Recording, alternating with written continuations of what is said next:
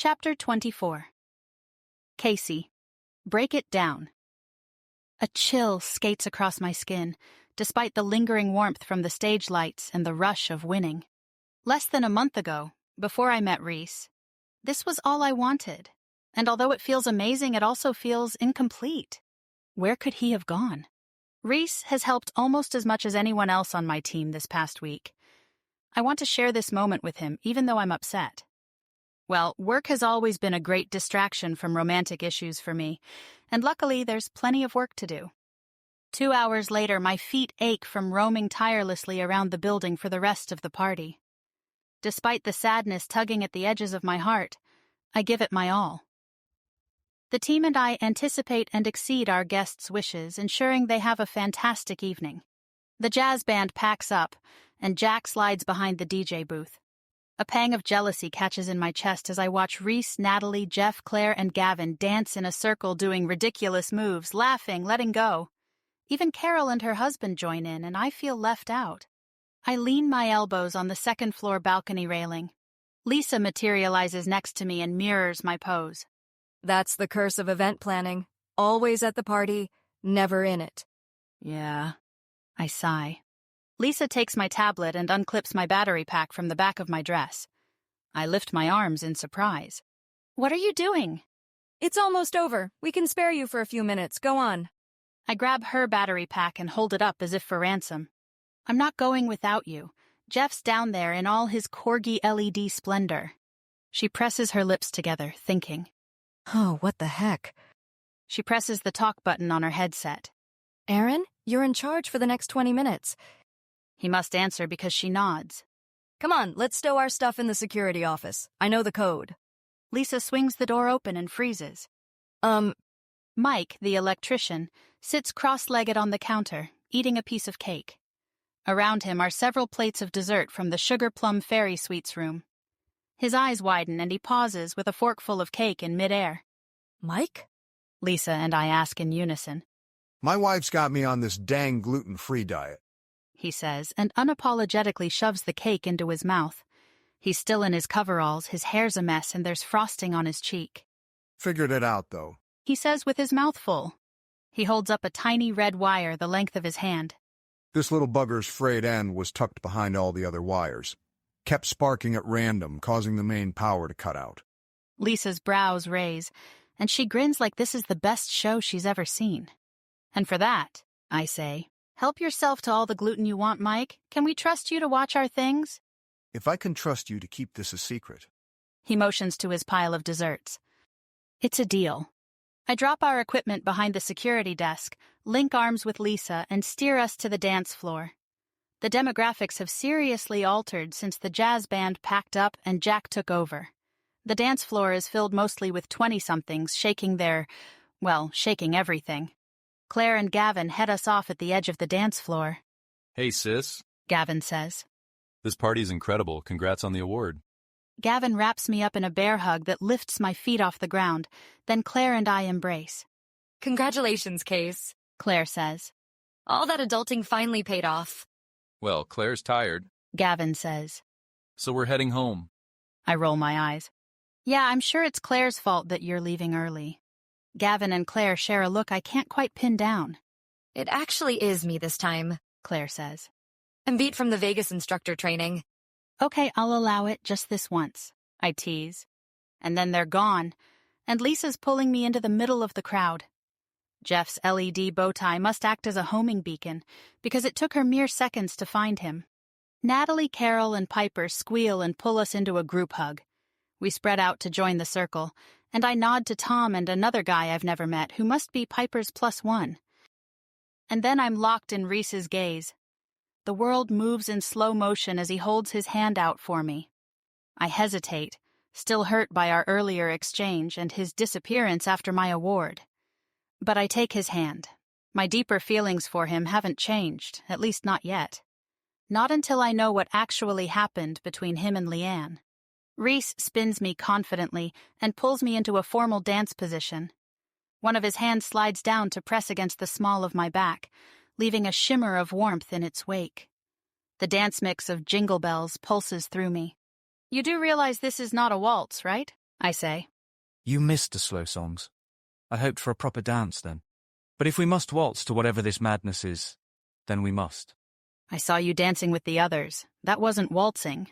Ah, He arches a brow. so you were watching me. A slow smile spreads across my face, but it disappears when I notice Jack storming downstage. He gets to the edge and jumps off into the crowd. I follow his sight line. Rhys notices my distraction and turns us around. He releases his hold on me at once and strides toward my brother. My stomach knots, and I cup my hand around my mouth as Jack shoves through the crowd. I see where he's headed. Nigel and Jack's date, Santa mini dress, are dancing together. Well, writhing obscenely might be a better description. Jack has a short fuse, and someone else dancing like that with his date is plenty to set him off.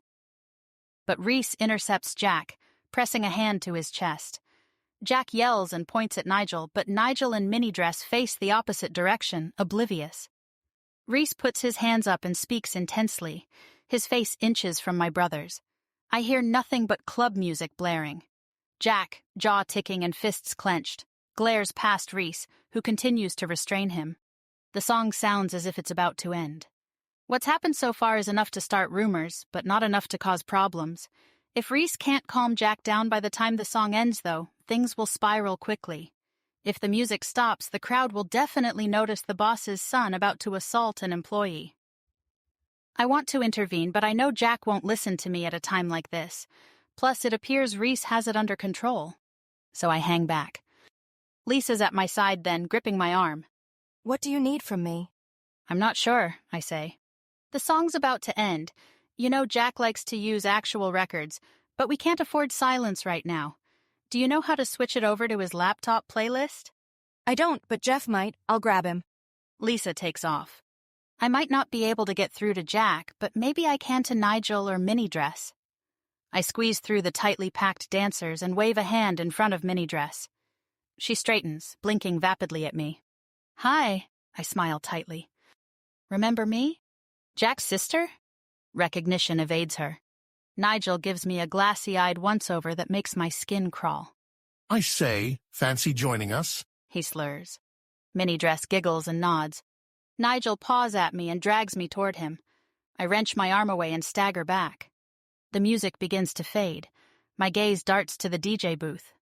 Lisa shrugs helplessly at me while Jeff types frantically on Jack's laptop. I stretch up on my toes to see how Rhys is faring. Jack's retreating, heading toward the stage, but also shooting dagger-like glances at his date, Nigel, and now me. He probably doesn't like that I've intruded, but he'll thank me when he cools off. Rhys appears next to Nigel, grabs his shoulder and whispers in his ear. Nigel's eyes go horribly wide. He nods grimly and sways.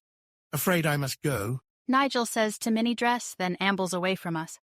Everyone on the dance floor holds their ears as a sudden vinyl scratching noise echoes through the event hall.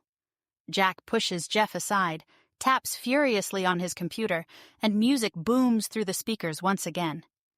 After some confused glances, people slowly resume dancing. Rhys's chest heaves as he frowns after Nigel. I touch his sleeve. Thank you for that. I'd better go make sure he gets a ride back to his hotel. He nods, fists clenched. Take someone with you. I don't like the way he grabbed you, and I'm not sure I'd keep my temper if I saw him again. Also, I know this is a lot to ask, but Leanne did arrive with him, so... I tilt my head up to the ceiling and close my eyes in irritation before answering. I'll make sure she knows. Because apparently I'm the designated peacemaker tonight, and it seems the drama will never end. Almost 2 hours later, the guests have all gone. The food station's broken down, linens bagged, floors swept. The hall is empty and quiet aside from my phone playing Christmas lo-fi. I yank another strand of twinkle lights off the wall as I continue venting to Lisa about having to call Leanne a car. Easy, killer, She says. We can reuse those if you don't destroy them. My knuckles go white as I grip the bunched-up cords. She thanked me for being such a dear, for understanding, and wished me the best. And what's wrong with that? Lisa asks carefully. Then she patted my head like I was her pet poodle, then my cheek like I was a 2-year-old. Lisa gives a half grimace. At least they're gone now, and thank goodness Rhys stopped Jack from creating a total spectacle. My anger ebbs slightly and my shoulders sag. Yeah. Is he gone? Rhys? I unwind the messy string of lights and begin wrapping them around my arm. No, he wanted to help, so I assigned him to the rooftop teardown. Still mad at him? I don't know. I draw in a breath, let it out with a groan. This night's been complicated. I guess I'll know for sure after our talk. When's that happening? It's already after 1 a.m. Whenever we're done here. Go now. We've got this. Lisa motions to the skeleton crew of Aaron, Grace, and a few other brave souls who volunteered to stay. The more intense cleanup will happen tomorrow, resetting furniture, returning all the rentals, and assisting with vendor pickups. You're sure?